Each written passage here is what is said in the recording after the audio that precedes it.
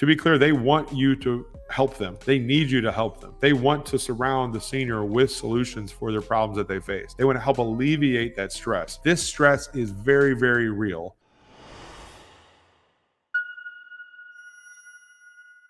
So our purpose is to give more time with their loved ones. To be clear, we're giving you lots of stats today. Mom has about 28 months on average when they move into senior living. 28 months.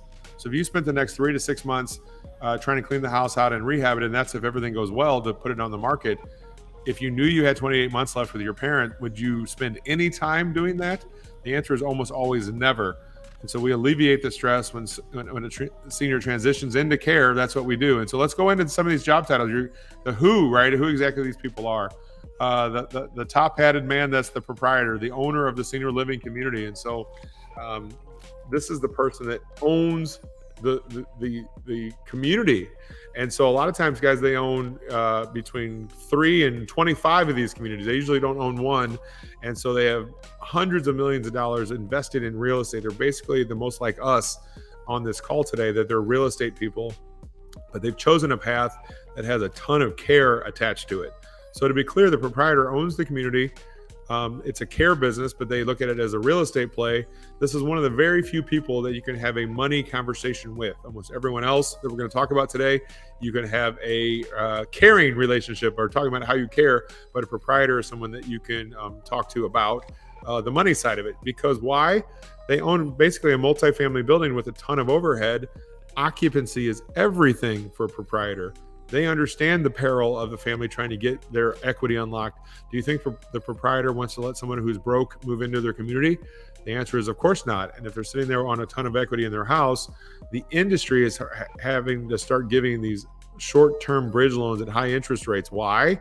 Not because the family wants to pay 14% interest rate on a bridge loan. It's because they don't know what else to do.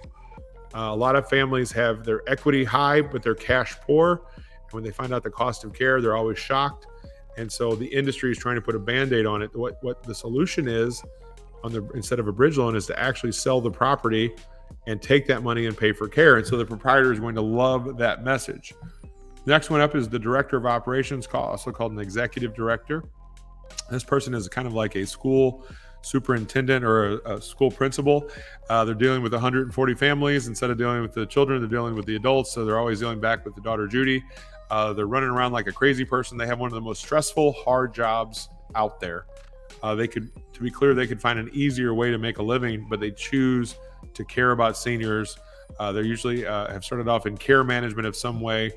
I remember the time that I fell in love with an executive director was when it was a hot summer day here in St. Louis. It was probably 105 degrees, and it was a second-story condo. And she was in there arguing with the lady over how many walking canes she could bring to the new community. And the lady had 27 canes. And she was pleading with her, can you just pick out your 3 favorite canes and bring those with it? Because when you move from a 2,000 square foot condo into a new community, it's a single room or maybe 1 or 2 rooms. You have to give up almost, in this lady's case, 95% of your possessions. And so that day she was helping her move. This lady was a bit of a hoarder, which, by the way, if you've never heard me say it, what do you call a hoarder that you like is you lovingly call them an aggressive collector. So this woman was definitely an aggressive collector. And I walk in that day and they're taking boxes from upstairs down to the 40-yard dumpster downstairs because they're trying to go through all these possessions to know what she's going to bring to her new community. And so my value went through the roof when I looked at her, who she was sweating that day and they're having this stressful time. I said, hey, pick out the heirlooms that you want to keep instead of arguing about what's going to go down to the dumpster. I will take care of the rest. You do not have to be a mover today. You think in her job description, she thought she was going to wake up that day and be a mover in 105 degree weather? Or do you think she thought she was an executive director of a community? And so the point is, these executive directors wear a lot of hats. They will do whatever it takes. And if you position yourself the right way to be a tool for her or him, whoever the executive director might be, to use every single time that family needs to sell a house, that is when you have somebody on your 20th funding list that will refer to you for the years to come. That's how valuable an executive director could be. A lot of these communities have a finance director. The finance director's job is to do what's called discovery. Discovery is when they open up all their finances and say, hey, our place is $6,500 a month. How do you plan on paying for it? So the daughter Judy and the brothers and sisters and mom, they're trying to figure all this out. And that's when the conversation happens. It sounds like you might need to sell your house, right? And so the finance director is the second person that you can have a money conversation with. The rest that we're going to talk about today is all about care. So those are the two. Everything else is about care. The finance director's job is to make sure that broke people don't move into their community. In fact, we're going to play a testimonial today from one of our people that used our service here at Mom's House. And her name is Tani, and she talked about the finance director said, I could not move my mother in until I proved to him where the money was going to come from. And so our offer to buy the house was that proof that allowed her mother to get the care she needed. Talk about a stressful situation. She was down in Florida and her mom was back in Kansas City. Imagine from that far away, not knowing what to do with your mother for care.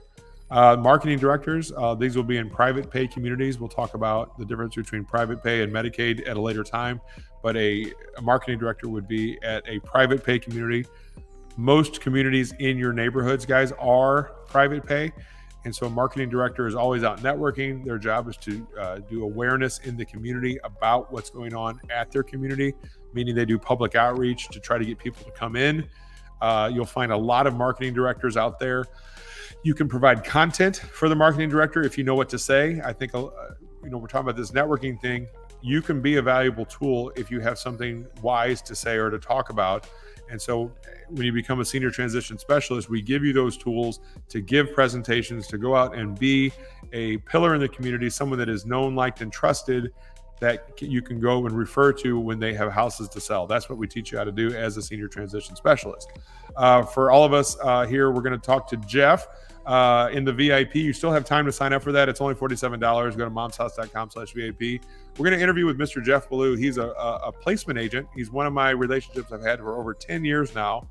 And he's going to talk about who he likes to work with, how he likes to work with them, how he likes to network, how he builds relationships. It's everything I'm going to be teaching you how to do. We're going to have in this VIP some role play back and forth with each other to kind of show you what it looks like in real life. And so placement agents are another one of those job titles that can be very fruitful for you if you know how to find them and what to say. I'm going to say it many, many times. You don't walk in the front door saying you're an investor or you're a real estate agent. That's not the right way to do this. And so I want to give you the scripts and the tools to do it right way the first time. The next job title is called a care manager. A care manager could also be intertwined with the word a social worker. The word social worker, though, sometimes has a negative connotation.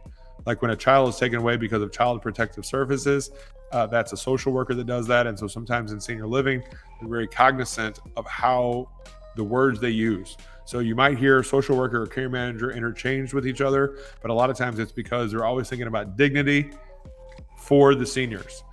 A good example of that is we use the word community and not the word facility. Why? Because community sounds a whole heck of a lot more loving than the word facility. A prison sounds like a facility, or a place like a hospital bed sounds like a facility. But where my mother lives, well, she lives in a community, right? Andrea gave the example of the 86-year-old lady who had a better social calendar than we did. I was out there dancing. Well, poor lady had one car accident and now that was all taken away. So where did she move to? She moved somewhere where she had other like-minded people for that social side of it, right? And so the point of this is life happens fast. These care managers, these social workers, their job is to have resources for these families. So Andrea comes along and makes that problem go away. The outcome of care is getting to buy a lot of houses. Aid and attendance. Aid and attendance is a government program that's designed for people that served in active wartime. This country's been in a lot of war over the past 70 years. And so a lot of seniors and their wives, I should say, they could apply for aid and attendance. What is aid and attendance? It's a benefit paid out to people that serve in active military time and their spouses. So why do I point that out? I'm going to be stereotypical when I say this, but a lot of times the husband served in the war, a wartime, and now the wife is eligible because he is deceased and she is eligible for that benefit, but they don't know that they're eligible for it. An aid and attendance benefits provider, write that down, is usually a financial planner. So if you call a financial planner and you say, do you do aid and attendance? And they say, well, what's that? Then you can just move on because you already know that that's not right. It's kind of like in an elder care attorney versus a traffic law attorney, right? You want to find somebody that specifically works with aid and attendance for their benefits. This is one of my best lead sources, and this is why I'm sharing it with you today. Downsizing agents. the stuff can be even harder than selling the house sometimes because it's all of their memories. It's really hard to give up on your stuff because a lot of times our worth is based on our possessions that we have. And so you need not only downsizing agents, but also auction houses, clean out companies, uh, estate sale companies. Those are all different types of clean out people. But the idea is that you need to be really good at the stuff. The more you help them with the stuff, the easier it is for them to sell you their house. And so I want to be very clear here. I don't want you to get into the stuff business, but I want you to build an arsenal of people that can surround these families with the things they need at that moment. So that way it eases the burden, advances their stages of readiness to get to move into that hard decision of moving into senior living. So many people feel overwhelmed because they don't know which way to turn. They always say feel like they're on an island of not knowing who to turn to. Our job as senior transition specialists is to know who to talk to. Almost everyone in senior living has their network of people they refer to. And so Mom's House is part of that network where we get in there for the house and we give them all these other tools that they need as well. Just like if a downsizing agent, there's Jay right there in my picture. Jay's my downsizing guy. Well, he's a downsizing guy and he brings me the house and I bring him the house is full of stuff and he brings me the houses to buy. And so he's one of the people in my network that I work with. And so, hello there, Mr. Jeff. And then we've got elder care attorneys. This is a great one. Notice those two words, elder care attorneys. So you might have hundreds and hundreds of attorneys in your town. You don't need to spend your time with family law attorneys that do things like divorces, or criminal attorneys you probably don't need to mess with, or people that do traffic tickets, but you want to specialize and find people that are elder care attorneys.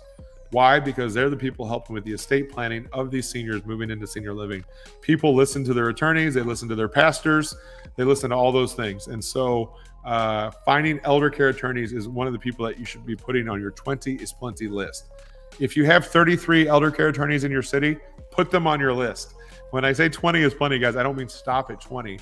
Build a giant list. And then in the end, not everyone's going to know, like, and trust you. So it's going to boil down over time to those 20 that are your core people that bring you deals from now on. That's how important this is. You got geriatric care managers. These folks are, when you get their trust, they're phenomenal. Why? Is because they help a lot of times with the discharging of from the hospital network into the senior living. So when they say, hey, what do I do with the house? And the geriatric care manager says, call Philip, that can be a super valuable lead source because it's literally the flashpoint of they don't know which way to turn, and you can be the solution for that geriatric care manager.